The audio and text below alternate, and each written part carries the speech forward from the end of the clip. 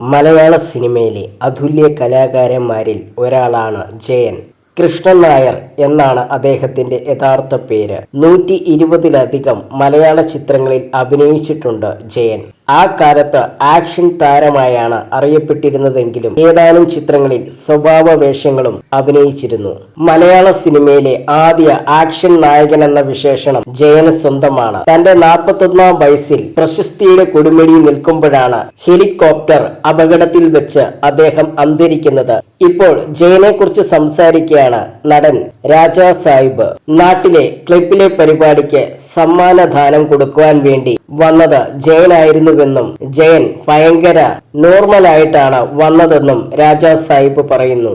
Master bin ചാനലിനോട് സംസാരിക്കുകയായിരുന്നു രാജാ സാഹിബ്.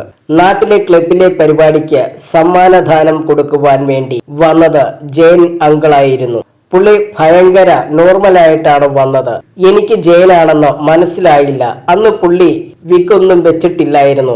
ഞാൻ ഞെട്ടിപ്പോയി. ഈ പുള്ളിയാണോ ജയൻ എന്ന് വിചാരിച്ചു. ജയൻ വന്നെന്ന് പറഞ്ഞിട്ട് ഞാൻ അവിടേക്ക് നോക്കി. അപ്പോൾ ഞങ്ങളുടെ ഫ്രണ്ടിൽ തന്നെ ഇരിപ്പുണ്ടായിരുന്നു. വേറൊരു ടൈപ്പ് കണ്ണാടിയൊക്കെ ഇട്ട് പുള്ളി നോക്കിക്കൊണ്ടിരുന്നു. പുള്ളി പെടലിയൊക്കെ ചെരിഞ്ഞാണ് നോക്കുന്നത്. ബോഡി അതുപോലെ തന്നെ ഉണ്ടാകും, രാജാ സാഹിബ് പറയുന്നു.